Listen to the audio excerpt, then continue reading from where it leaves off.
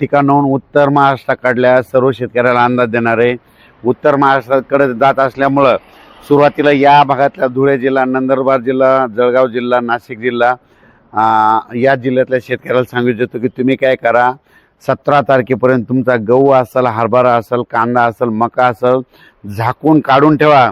कारण की 18 तारखे 18, 19, 20, 21च्या दरम्यान उत्तर महाराष्ट्राकडं, खानदेशकडं चांगला पावसाळ्यासारखा पाऊस पडणार आहे, म्हणून हा अंदाज लक्षात घ्यायचा. म्हणजे सांगायचं झालं, हे पाऊस उत्तर महाराष्ट्रातच नाही तर संपूर्ण राज्यभर पडणार आहे. काही ठिकाणी 17 तारखेला सुरू होणार आहे. मग 17 तारखेला पाऊस कुठं सुरू होणार आहे तर 17 तारखेला नांदेड जिल्हा, सोलापूर जिल्हा, लातूर जिल्हा, त्याच्यानंतर गडचिरोली, वर्धा, नागपूर, भंडारा, गोंदिया या पट्ट्यामध्ये 17 तारखेला मध्यरात्री सुरू होणार आहे. त्याच्यानंतर 17 तारखेला विदर्भ, पूर्व विदर्भ आणि पश्चिम विदर्भ, वर्धा, नागपूर, भंडारा, गोंदिया, चंद्रपूर, यवतमाळ, वाशिम, हिंगोली, अकोला, बुलढाणा, परभणी ह्या पट्ट्यामध्ये काय होईल, 17 तारखेला मध्यरात्रीपर्यंत पाऊस येणार आहे, म्हणून हा अंदाज लक्षात घ्यायचा. पश्चिम महाराष्ट्राकडे सातारा, सांगली, सोलापूर, कोल्हापूर, पुणे, अहिल्यानगर या भागात तुम्हाला एक सांगू इच्छितो की जवळपास म्हणजे 18, 19, 20 या 3 दिवस काही ठिकाणी पावसाळ्यासारखा पाऊस पडणार आहे, कुठं रिमझिम पडणार आहे. जिथं पाऊस नाही पडला तिथं नुसतं जोराचं वारं देखील सुटणार आहे, म्हणून हा अंदाज सर्व शेतकऱ्यांना लक्षात घ्यायचा.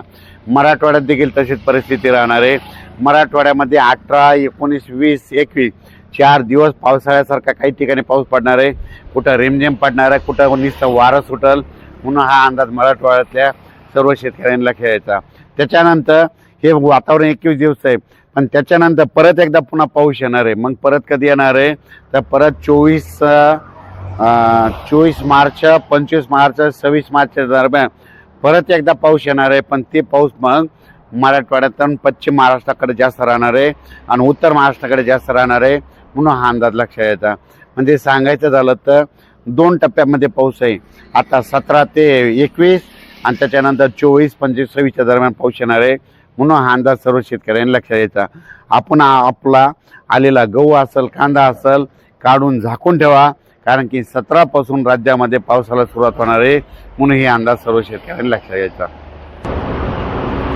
हा पाऊस सांगायचं झालं तर वर्धा जिल्हा, भंडारा जिल्हा, गोंदिया जिल्हा, चंद्रपूर जिल्हा, यवतमाळ जिल्हा, वाशिम जिल्हा, हिंगोली जिल्हा, बुलढाणा जिल्हा, अकोला जिल्हा, अमरावती जिल्हा, त्याच्यानंतर जळगाव जिल्हा, जालना जिल्हा, परभणी जिल्हा, लातूर जिल्हा, बीड जिल्हा, धाराशिव जिल्हा, सोलापूर जिल्हा, सातारा जिल्हा, सांगली, पुणे, अहिल्यानगर, नाशिक, धुळे, नंदुरबार, जळगाव, त्याच्यानंतर म्हणजे सांगायचं झालं तर संपूर्ण महाराष्ट्रामध्ये म्हणजे 18, 19, 20च्या दरम्यान पाऊस येणार आहे. फक्त 17 तारखेला मात्र इकडं पूर्वेकडं म्हणजे तेलंगणाच्या बाजूकडून सुरुवात होणार आहे, म्हणून हा अंदाज लक्षात घ्यायचा.